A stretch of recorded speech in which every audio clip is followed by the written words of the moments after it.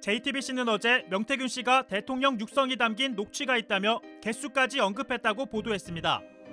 명 씨는 이번엔 대통령과 나눈 중요한 녹취 파일이 2개가 있는데 공개할지 고민하고 있다고 말한 것으로 전해졌습니다. 또 윤석열 대통령과 명태균 씨 사이 통화 녹취를 들었다는 진술을 검찰이 확보했고 윤 대통령이 공천과 관련한 말을 했다고도 전해드렸습니다. 피의자 신분으로 조사받고 있는 김태열 미래한국연구소장이 검찰 조사에서 윤 대통령과 나눈 통화 녹취를 명 씨가 들려줬다고 진술한 걸로 확인됐습니다. 나는 김영선이라 했는데 라는 윤 대통령 목소리가 담겨 있었고 그걸 들었다고 했습니다. 오늘 민주당이 공개한 윤 대통령과 명 씨 사이 녹취에서 사실로 확인됐습니다.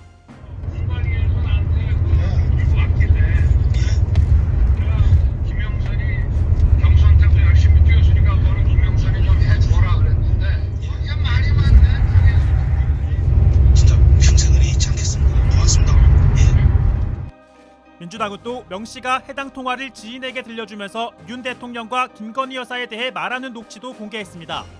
지 마누라가 옆에서 아니 오빠 명 선생이 그거 처리 안 했어?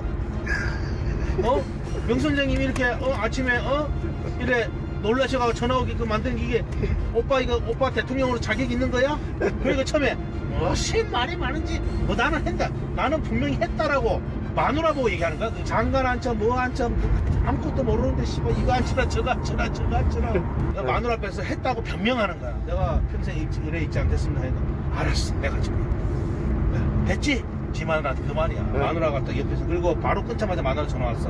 선생님 윤상현이한테 전화했습니다. 보안 유지하시고 내일 취임식 오십시오. 이래 전화 끄는 거야. 그러니까 지금 당사자들, 그러니까 주요 등장인물들의 입장이 다 나왔어요. 정리 한번 할까요? 예, 앞에서는 속보로 네. 전했는데 자, 정리를 한번 하겠습니다. 네. 일단 대통령실에서 대변인실 명의로 알려드립니다라고 입장이 나왔습니다. 대통령실. 네, 대통령실 입장입니다. 첫째, 당시 윤석열 당선인은 공관위로부터 관련 보고를 받은 적도 없고 네. 공천을 지시한 적도 없습니다. 공천의 결정권자 이준석 당대표, 윤상현 공관위원장이었습니다. 네, 둘째, 해당 지역은 전략공천 지역이고 경쟁력 있는 후보를 냈고 결과적으로 김영선 후보자가 압도적인 표 차이로 당선이 됐습니다. 자, 그러니까 이제 전략공천에 따른 원칙에 따라 했다라는 주장이죠. 네. 자, 셋째, 당시 윤 당선인과 명태균 씨가 통화한 내용은 특별히 기억에 남을 정도로 중요한 내용이 아니었다. 말씀하신 대로 명 씨가 김영선 공천을 계속 이야기하니까 그저 좋게 이야기한 것이다. 라고 하면서 여기 한편 하고 주석을 답니다. 이준석 당시 당대표가 최근에 페이스북을 통해 최고의 전략공천 과정에 문제없다고 자세히 설명하지 않았느냐. 라고 하면서 페이스북 글 내용을 쭉 붙여요. 제가 대통령실 입장을 출력을 해왔는데 이거 보시면 보이나요? 그러니까 여기 이제 이 파란 표시 있죠. 네. 이게 이준석 대표의 페이스북 내용의 분량이에요. 대통령실 해명에 이준석 대표의 페이스북 내용을 붙였어요? 네. 인용이군요. 그 페이스북 내용의 절반이 이준석 대표의 페이스북이에요. 그러니까 한마디로 갑자기 개혁신당 여당 됐네. 아니, 논문도 이렇게 인용을 하면 그러니까 걸리던데. 당시 공천의 네. 책임은 당 대표인 이준석에게 있는 거잖아. 네. 나는 그리고 보고받은 적 없는데 아. 라는 게 대통령실의 입장이에요. 여기서 이제 당 대표였던 이준석 공관위원장 윤상현 의원 입장도 줄줄이 나옵니다. 네. 윤상현 의원 당선인한테 보고한 적은 없어. 상식적으로 당선인한테 보고한다는 건 말이 안 돼. 당선인의 부인에게 보고한 적은 있는지를 물어봐야죠. 김건희 여사와 통화한 적이 검사 없다라고도 모드나. 얘기를 했고요.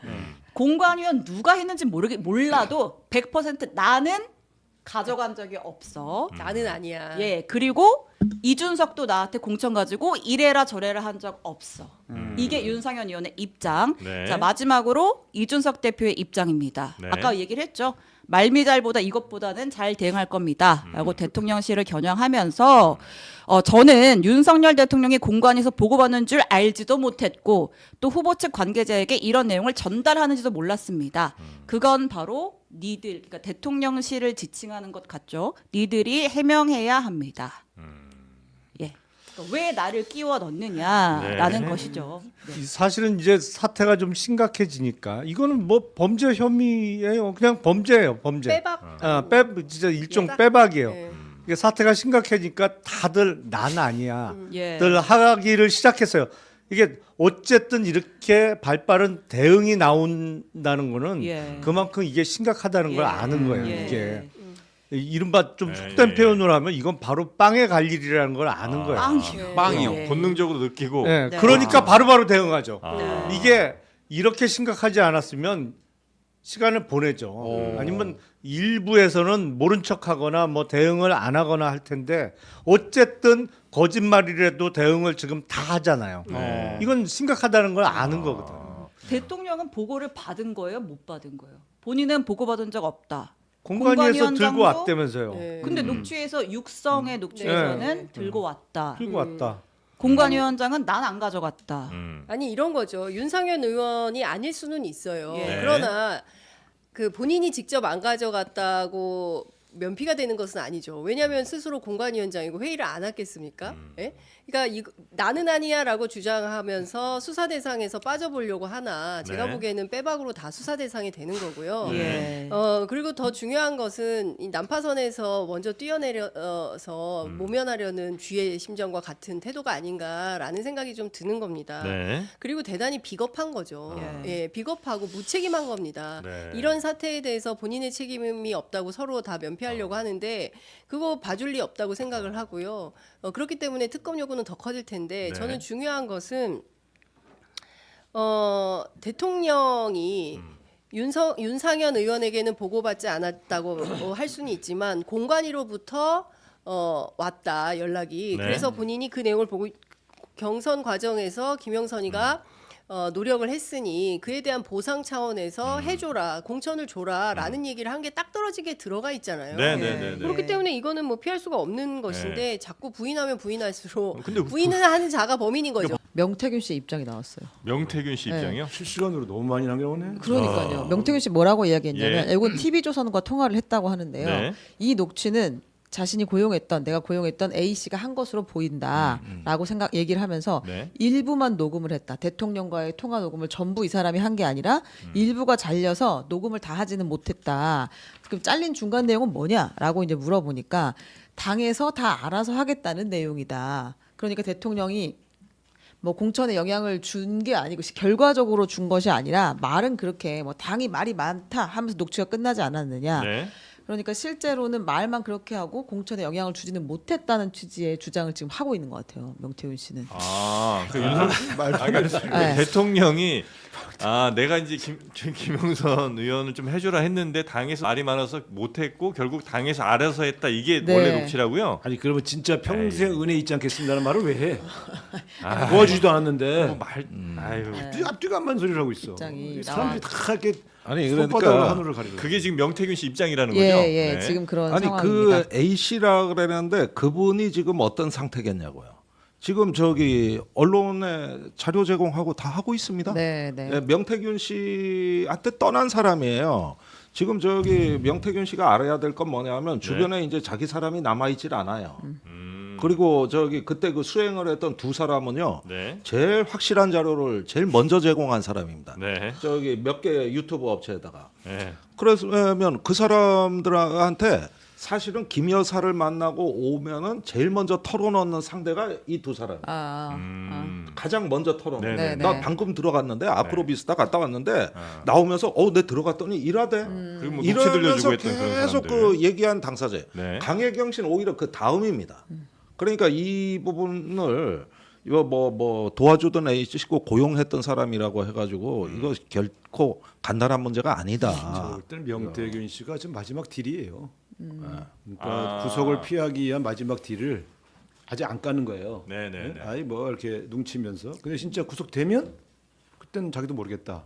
이제 이런 아직까지 내 지키고 있다. 아직까지는 이제 두 개의 태도가 왔다 갔다 하고 있어요. 예. 그러니까 근데 나는 대한민국 사법체계라는 게 뭐 협박하고 압박하면 봐주나? 그러기 어렵지 않습니까? 네. 명백한 불법사실이 있으면 처벌을 해야죠 이분도. 근데 이제 이분 입장에서 나만 죽을 수 없다 이런 거잖아요 지금. 그 얘기죠. 그러니까 뭐 아주 네. 지금 내가 볼 때는 아주 엉망이 되고 있어요 지금. 아니 뭐 대통령실에 또 근무들을 해보셨으니까 예를 저는 들면 근무 안 해봤어요. 우리 저 김동대 이런 상황이 되면 대통령실은 지금 당연히 이제 비상 상황이겠죠. 아니 그러니까 제가 이해가 안 가는 게 그 점인데 저는 노무현 대통령이 탄핵 당시에 청와대에 있었단 말이에요. 네. 그러면은 저기 안에서 정무팀 뭐 국정상황실 민정해가지고 굉장히 기민하게 모여가지고 순식간에 TF가 만들어진다고. 네네. 그런데 저는 또 여의도 그때 국회 상황이 심각하다고 해서 보니까 그 TF 팀이 아예 저기 국회 어디 사무실 하나를 빌려가지고 그냥 하루 종일 회의하고 그다음에 연락하고 그러면서 보고서 쓰고 이런 것들이 굉장히 조직적으로 이루어졌는데 네. 어쩐 일인지 이 정부에서 여사와 관련된 일 또는 대통령의 신병과 관련된 일은 대응팀이 보이지가 않아요. 누가 하는지를 우선 알 수가 없고 네. 두 번째 이런 위기 관리는 여러 가지 유연한 선택지를 놓고 대통령이 정책적인 또는 정치적인 선택을 할 수 있도록 그 선택권을 보장해 주는 게 참모가 해야 되는 일이거든요. 네. 그렇다면은 시나리오 A, B, C 해가지고 이럴 때 어떤 대책을 해서 쭉 보고서를 올리고 설명을 해줘야 됩니다. 브리핑을. 네. 근데 지금은 부산 엑스포트하고 똑같이 다 잘 되고 별거 아니고 저거 뭐 정치 공세고 국회의원은 몹쓸 집단이고 이런 식으로 저기 뭐냐 대통령보다 선제적으로 분노하는 자가 옆에 있는 것 같아. 문제 해결하는 사람이 아니라 이거 누구 책임이야? 저건 누가 했어? 이렇게 책임자를 찾는 데는 능수능란한데 솔루션을 내놓는 그 단계별 대응 시나리오 이거는 약해요. 네네네. 이거. 근데 이건 대통령과 여사가 탁 터놓고 이제 얘기하지 않아서 그런 거 아니에요? 둘 사이도 대화 안 한다는 소문은 내가 듣고 있어요. 제가 볼 때는 소문이요. 네. 그 대통령실에 뭐 10상시냐 8상시냐 7상시냐 7상시냐 뭐 말이 많은데 일단 그런 사람들이 들어갔기 때문에 거의 그 대통령 부부와 감정적으로 동조화가 좀 있는 측면이 있는 데다가요.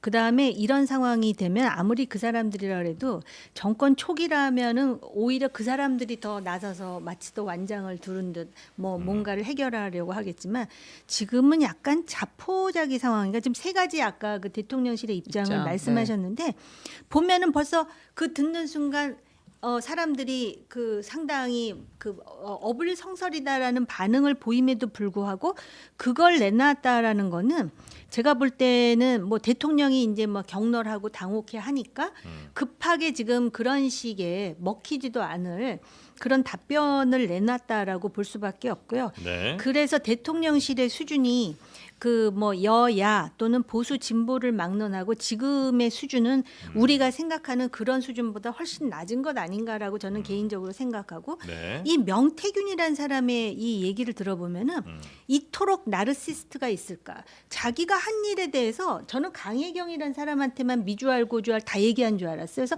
저 둘의 관계가 도대체 뭐지 그랬는데 심지어는 자기 주변에 수행하는 사람에게 다 했다라는 거잖아요. 네. 일종의 컴플렉스가 있었던 것 같아요. 그러니까 나 지금 대통령하고 맞드는 사람이야. 이런 거를 주변에 굉장히 많이 그건 맞는 것 알림으로써 같아요. 그게 예, 이제 예. 화근이 되는 예. 거잖아요. 예. 근데 더 큰 문제는 그 정치권의 상당수의 25명 플러스 2명이 그런 나르시스트를 마치 또 대단한 법사보다도 한 단계 높은 사람이고 예지력이 있고 통찰력이 있고 여론조사에 뭐 촉이 있다고 생각을 해갖고 또 이 사람 말을 듣고 이제 됐다라는 확신이 들어서 그런지는 모르지만은 추종을 한때 했었다는 거 아닙니까? 네. 영부인을 포함해서 네. 이게 지금 그 보수 진영에는 속하지만은 네. 그런 정도의 부류에 속하지 않는 사람까지도 도매금으로 아주 참담하게 만드는 예. 지금 비극을 지금 잉태해가지고 좀 지금 나으려고 예. 하는 상황. 국민의힘 살 길 뭐 있어요? 국민의힘 살 길은요. 제 생각이요. 예. 아, 왜 갑자기 이렇게 훅 아, 들어오셔가지고. 그러면 생각하고 계실 동안 네. 제가 다시 알겠습니다. 입장 하나 더 생각하고 전달합니다. 계시고요. 네, 이제 아이고. 마지막 주인공 입장 나왔어요. 그러니까 오늘 여기 등장인물의 입장 이제 다 나왔어요. 이준석 그 당시 대표 입장이 나왔는데요. 뭐 앞에 얘기는 읽어드릴게요. 재밌으니까. 지금 상황에서 이렇게 변명하다니 말미잘도 이것보다는 잘 대응할 겁니다. 이건 이제 대통령실을 향한 이야기죠. 용산에서 기자들에게 돌리면서 주저주절 첨부한 이준석 페이스북 내용은 우리가 이걸 다 보여드리진 않았는데 그 해명보다 페이스북 붙인 게 더 길어요. 네. 페이스북 내용은 이준석이 이준석에 대해서 해명하는 것이고 저는 윤석열 대통령이 공관위에서 보고받는 줄을 알지도 못했고 후보 측 관계자에게 이런 내용을 전달하는 줄도 몰랐습니다. 그러니까 자기는 이제 이 공관위에서 왔다고 하는 그 내용을 전혀 몰랐다 이런 거고요. 그랬을 거예요. 네, 그건 바로 니들이 해명해야 합니다. 저 시점으로부터 한 달 뒤에 윤리 걸어서 쫓아내려고 기획했던 자들이 어디서 이준석을 팔아서 변명하려고 하느냐. 그 말은 아주 양두구육을 뼈가 넘어서 있네. 이제 인면수심하려고 합니까? 이렇게 입장을 냈습니다. 네. 근데 원래대로라면은 공관위에서 이런 일이 벌어졌어도 그 당시 당 대표 책임은 맞아요. 그리고 당 대표가 네, 이걸 아예 모를 수도 있나요? 그러니까 어떻게 보면은 이것도 사실은 책임 회피일 수는 있는데 네. 결과적으로 나중에 이준석 대표가 윤핵관들에 의해서 쫓겨날 때 상황을 보면은 지금 우리가 이해가 간다 이런 정도지 원래는 당 대표 책임이 맞습니다. 그리고 그런 공관위원장을 누가 임명했어요? 공관위원장을 임명하는 게 당 대표예요. 네. 그러니까 이런 점에서 이제 몰랐다면은 몰랐다는 것에 대한 책임이라도 져야 되는 거거든요. 이게 이준석 대표한테 가장 아쉬운 대목이 이런 대목이에요. 요즘 들어가지고. 의원님 말씀 중에 당 대표로서 몰랐다는 책임은 이준석이 져야 돼요. 네. 근데 그 당시 상황을 보면 대선 과정에서 보듯이 그다음에 대선이 끝나고 지금 당선인신 분이잖아요. 네. 이준석 당시 대표가 상당히 소외되어 있었던 건 그건 사실이에요. 맞죠. 네. 그렇기 때문에 거기 공관위원장이 윤상현 의원이잖아요. 네. 윤상현 의원 하면은 지금 본인은 원하지 않겠지만 딱 떠오르는 게 한동훈 제끼고 인요한 김민전 윤상현 밥 먹은 게 확 번개. 우리가 그 상기가 네. 되잖아요. 그 번개 정도로 물질. 윤상현 의원은 친윤계의 이름은 올리지 않았지만 여사라든지 상당히 가깝게 있었다라는 방증이 여기저기서 나타나요. 네. 그렇다고요. 아니 그때가 사실 우리가 그랬어요. 그러니까 그분은 네. 성이 윤 씨여서 친윤계가 아니고 그냥 그건 윤가다. 진짜 윤가다 이렇게 했잖아요. 그런 로열 농담도 하고 패밀리인가요? 그랬어요. 근데 네. 본인도 농담처럼 그 얘기를 했어. 어디 가서. 근데 왜냐하면 성도 같고 네.